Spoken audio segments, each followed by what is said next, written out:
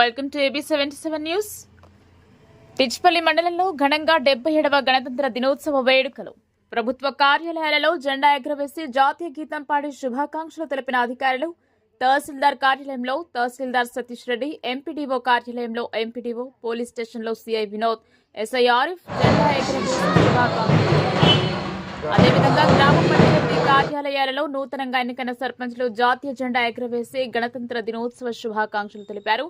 తెలంగాణ యూనివర్సిటీలో vice chancellor professor Yadagiri Rao, registrar professor Yadagiri, 7వ బెటాలియన్లో కమాండర్ జాతీయ జెండా ఎగురవేసి గణతంత్ర దినోత్సవ శుభాకాంక్షలు తెలిపారు.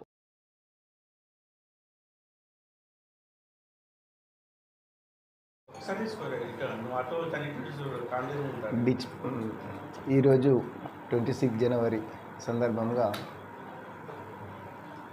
మండల స్థాయి అధికారులు అందరం కూడా రిపబ్లిక్ డే ఉత్సవాలు జరుపుకోవడం జరిగింది. అదేవిధంగా టిచ్పల్లి మండలంలో గల అన్ని గ్రామాల ప్రజలకు, రైతులకు అందరికి కూడా రిపబ్లిక్ డే శుభాకాంక్షలు. Thank you.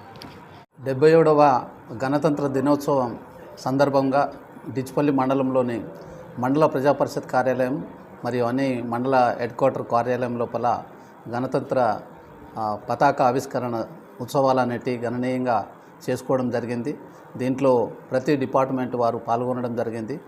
మండల ప్రజలందరికీ కూడా శుభాభివందనం తెలుపుతూ ముగిస్తున్నాం. Thank you. కానివ్వండి, పారిశ్రామికీకరణ సంబంధించినటువంటి విషయాలు కానివ్వండి, అనేక ప్రణాళికలు రూపొందించి కొంత మనం ప్రగతిని సాధించుకున్నామని చెప్పుకోవచ్చు. ముఖ్యంగా భారతదేశ ప్రగతిని ఒక 3 దఫాలుగా దీన్ని వర్గీకరించవచ్చు, ఒక 3 స్టేజ్లుగా దీన్ని వర్గీకరించవచ్చు. ఒకటి స్వతంత్రానికి పూర్వము, స్వతంత్ర అనంతరము, ప్రపంచీకరణ అనంతరంగా దీన్ని చూడవచ్చు. కానీ దీన్ని 1992 globalisation, LPG, liberalisation, privatisation, globalisation తర్వాత ఇది చాలా ఉన్నతమైనటువంటి స్థితిలోకి అన్ని రంగాలలో భారతదేశం రావడం చాలా గర్వకారణంగా చెప్పుకోవచ్చు.